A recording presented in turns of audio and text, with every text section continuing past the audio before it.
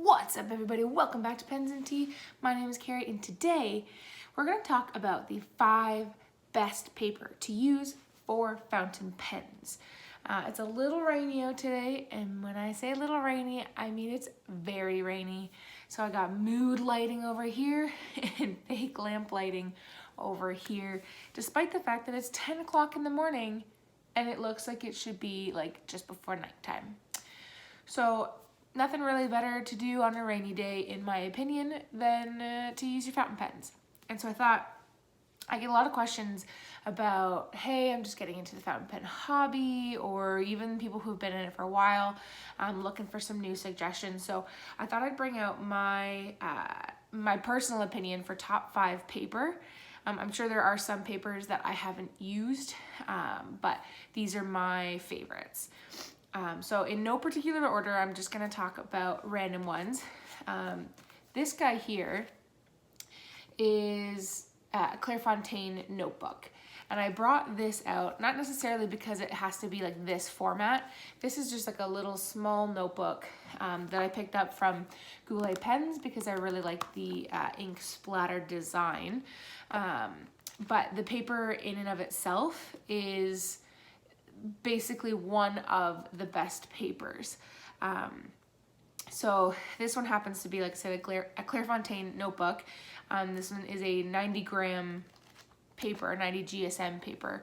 So when you're looking for papers, you're going to hear a lot of like numbers, like 80, 90, 120, things like that. When it comes to that weight, typically you're going to want to look between 80 and 100. Reason being is because that number generally, not always, because definitely have had some experiences with higher numbers that are not fountain pen friendly, but typically between 80 and 100 GSM, it means that you won't experience like bleeding, ghosting, things like that. And I say not always because there's going to be a little caveat to that, which I will get to. But Clairefontaine, this one is 90. This one happens to be a lined version, but what I like about Clairefontaine is it's very smooth. It has like a super smooth finish. You can't really feel any texture to it. So you have sort of a very soft writing experience. Nothing's going to catch on your nibs.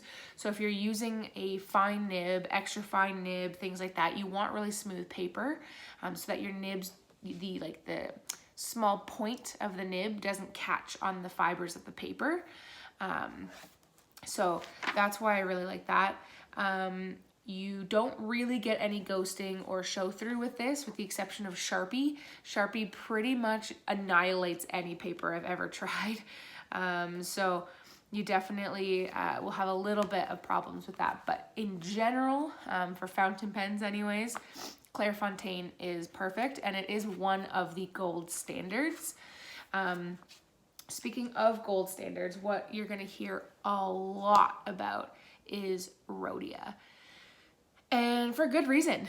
It is a very nice standard piece of paper for fountain pen users. So this happens to be a Rhodia number 16 size dot pad.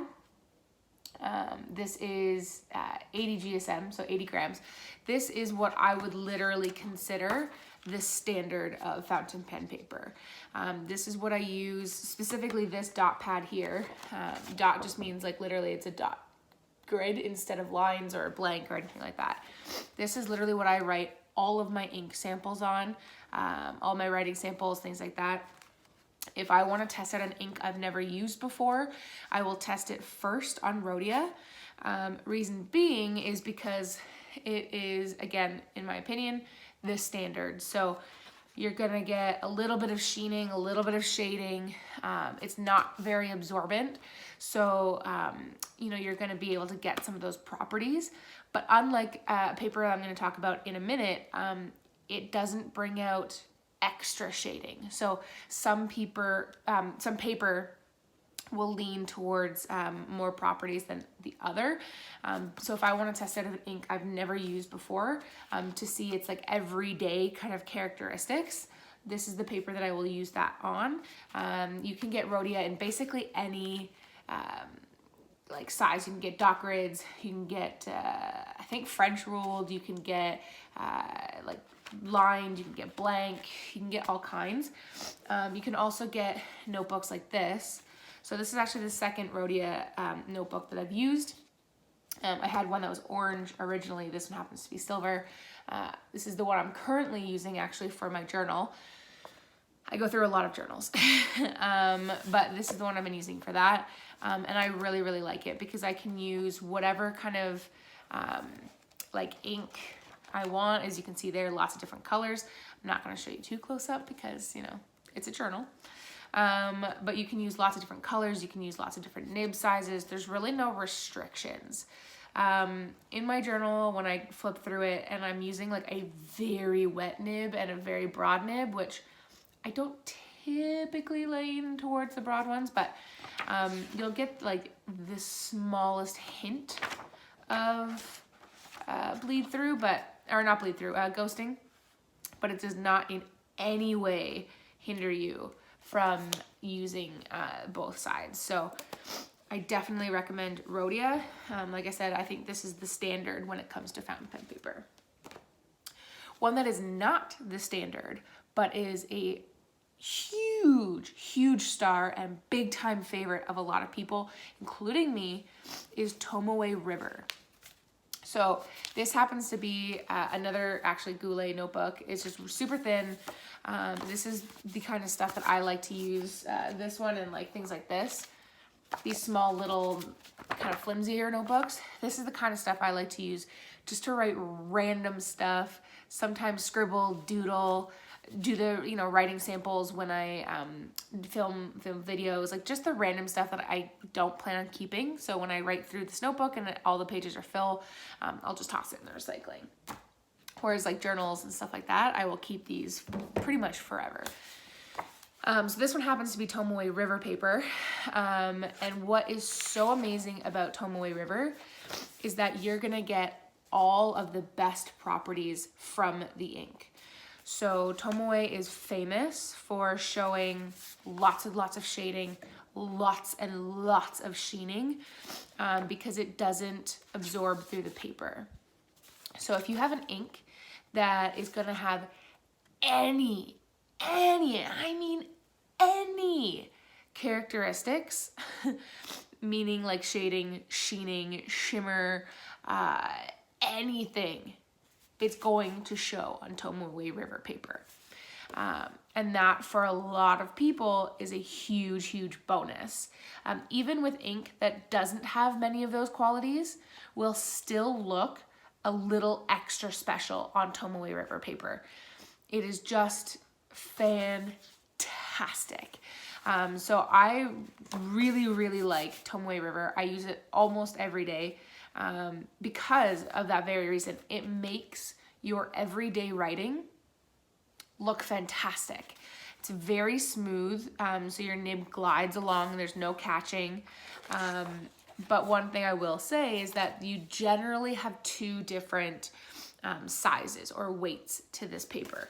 So if you remember what I was saying with this guy, how this one's 90 GSM, this is 80 GSM, and how like typically you want to stay between 80 and 100, Tomo River breaks that rule, and it breaks it well.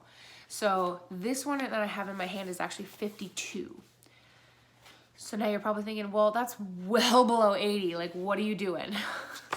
So it breaks that rule, but it breaks it well. Like I said, it handles fountain pen ink very well, but you will have ghosting.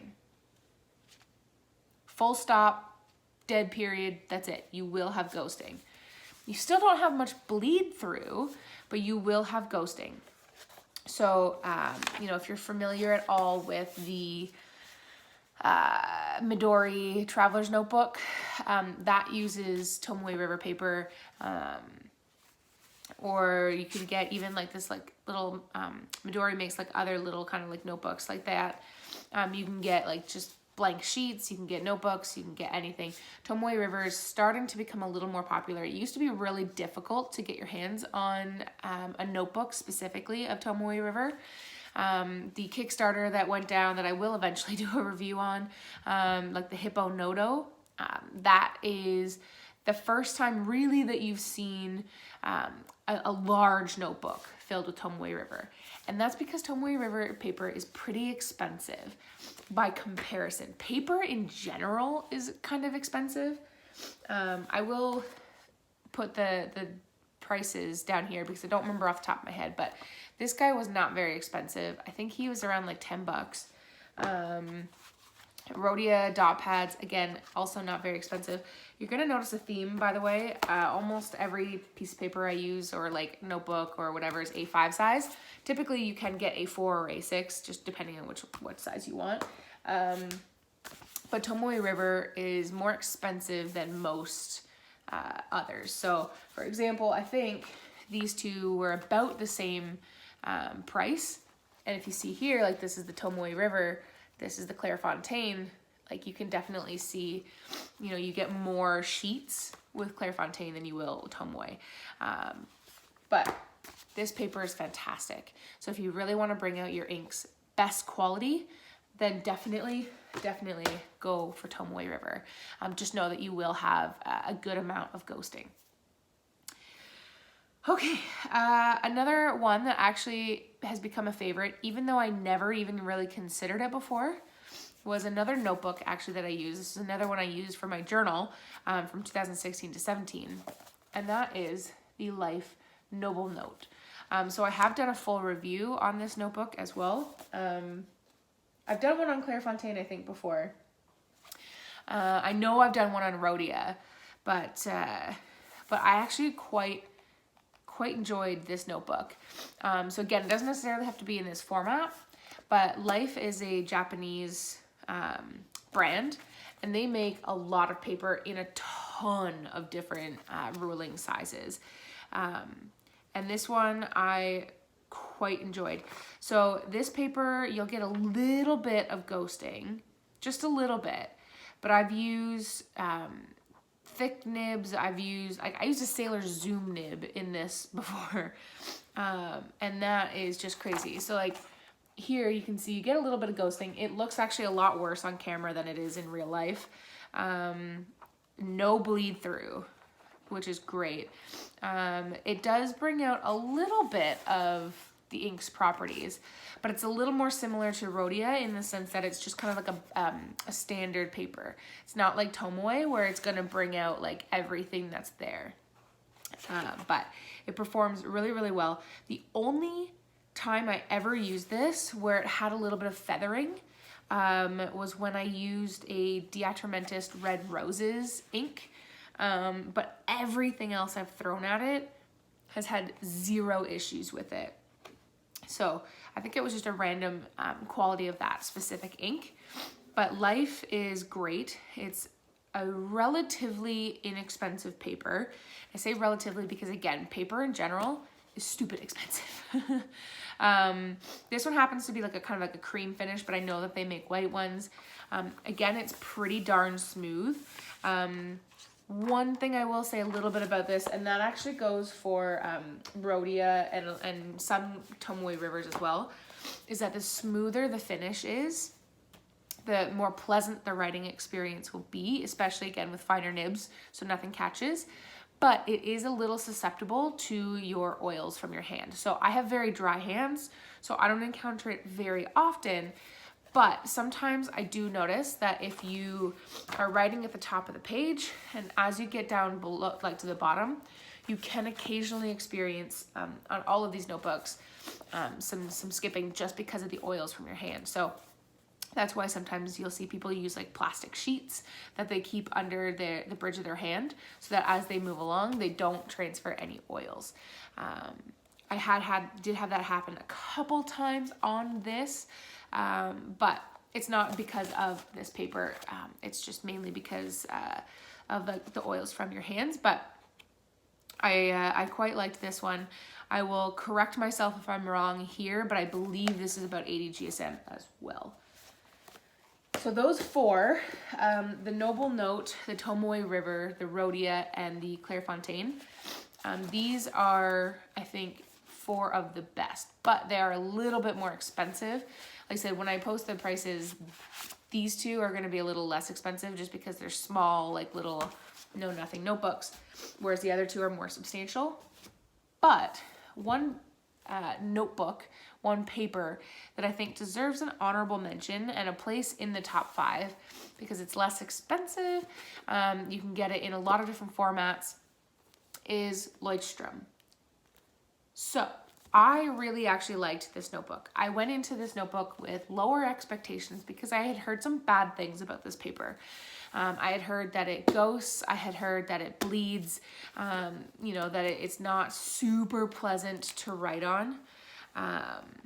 And I thought it deserved a better place. So out of every notebook that I have here, you'll notice I'm not getting into ruling sizes or anything like that because that depends on what kind of thing you're getting into, not just the paper. But if you get ruled paper, Lloydstrom has much narrower lines. So for example, this Clairefontaine here has very large width. So the space between the lines are very large. Whereas the space between the lines on the Lloydstrom, let's see if I have a page here that doesn't have much writing on it, because again, this was my journal.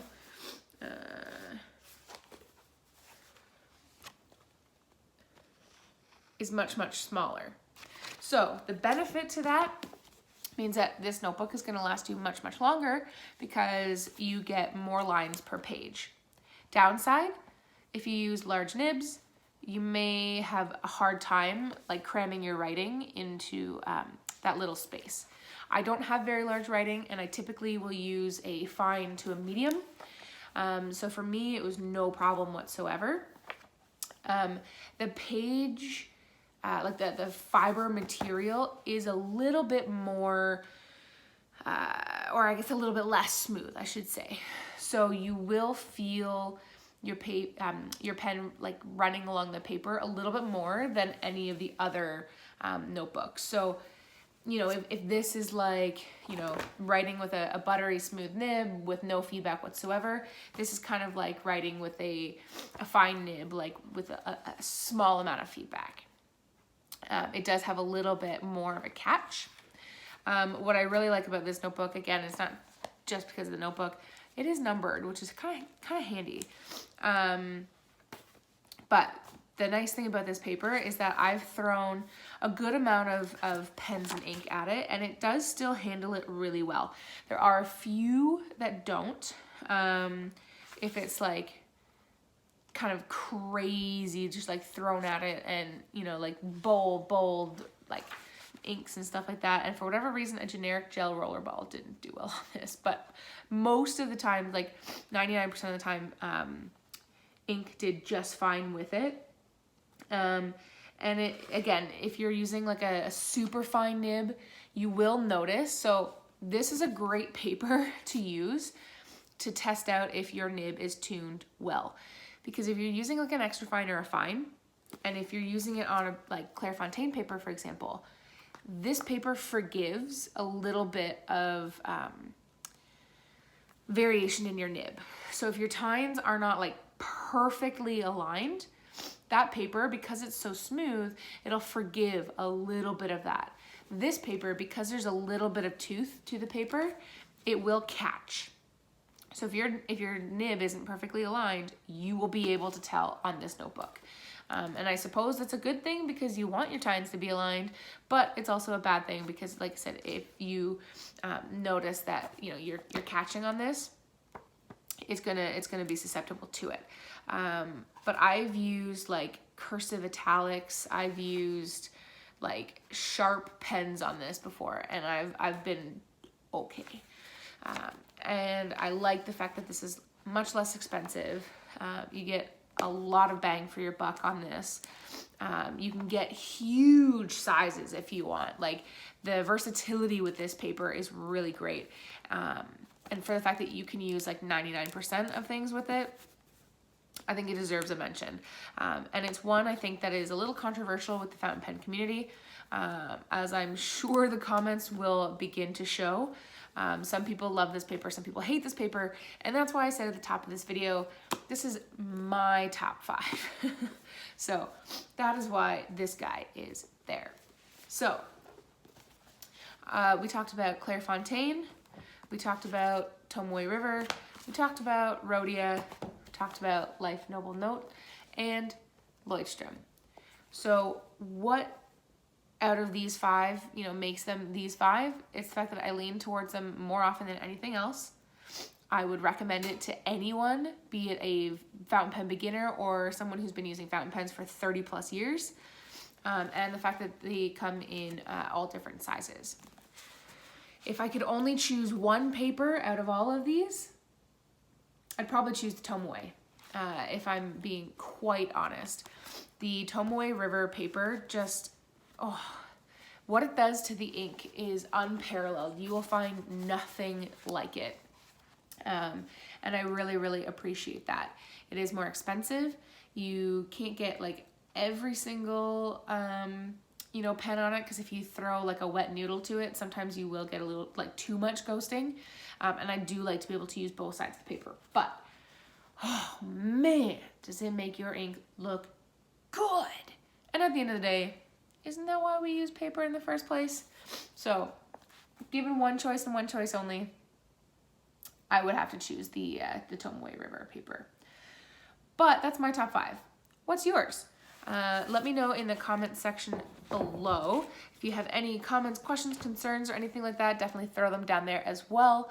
And hit that like button, hit the subscribe button, all the things that the YouTubers are telling you, get that bell on, all of those things. And guys, as always, I'll see you next time. Bye.